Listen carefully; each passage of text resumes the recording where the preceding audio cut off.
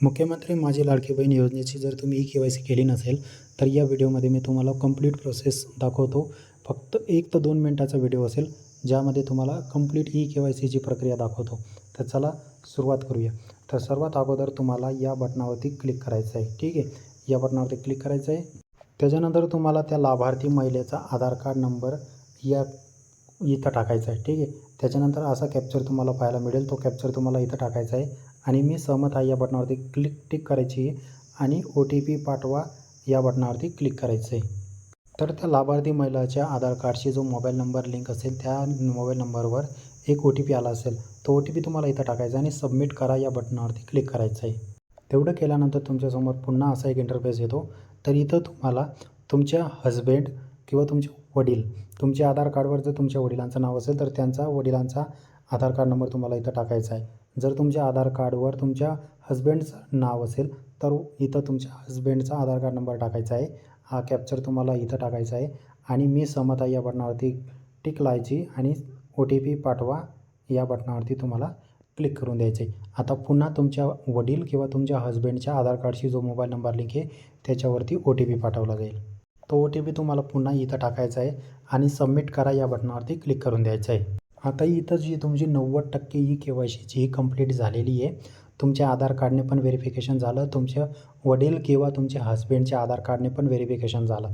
तुम्ही जेव्हा आधार कार्डने OTP व्हेरीफाय करता तुमच्या हजबंड किंवा वडिलांच्या आधार कार्डने, त्यांचं नाव इथं ऑटोमॅटिकली पूर्ण येऊन जातं.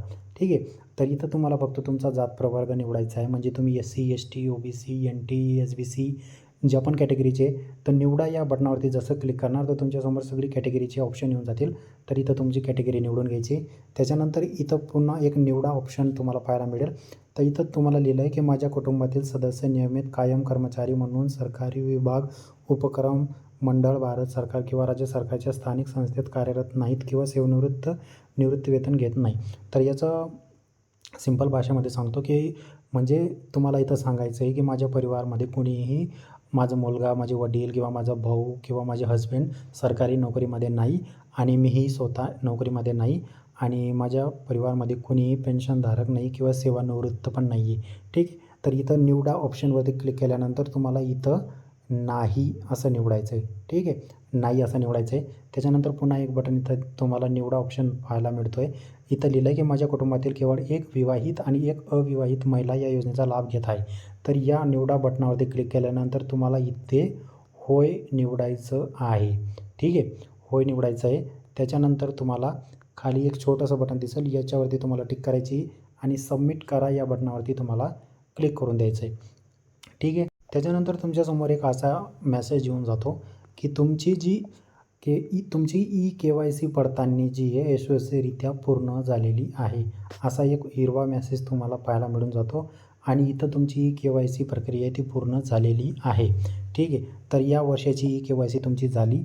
पण तुमच्या माहितीसाठी सांगू इच्छितो की तुम्हाला प्रत्येक वर्षाला ई-के-वाय-सी करावी लागणार आणि ती जून, जुलै महिन्यामध्ये सरकारने सांगितलं आहे. आतासुद्धा 2 महिन्याचा टाईम आहे ई-के-वाय-सी करण्यासाठी. तर नोव्हेंबरपर्यंत तुमच्याकडे टाईम आहे. पण त्याच्या अगोदर तुम्ही ई-के-वाय-सी करून घ्या. आता सध्यासुद्धा वेबसाईटवर एवढा लोड आहे की ती ई-के-वाय-सी करण्यामध्ये खूप काही प्रॉब्लेम येत आहे.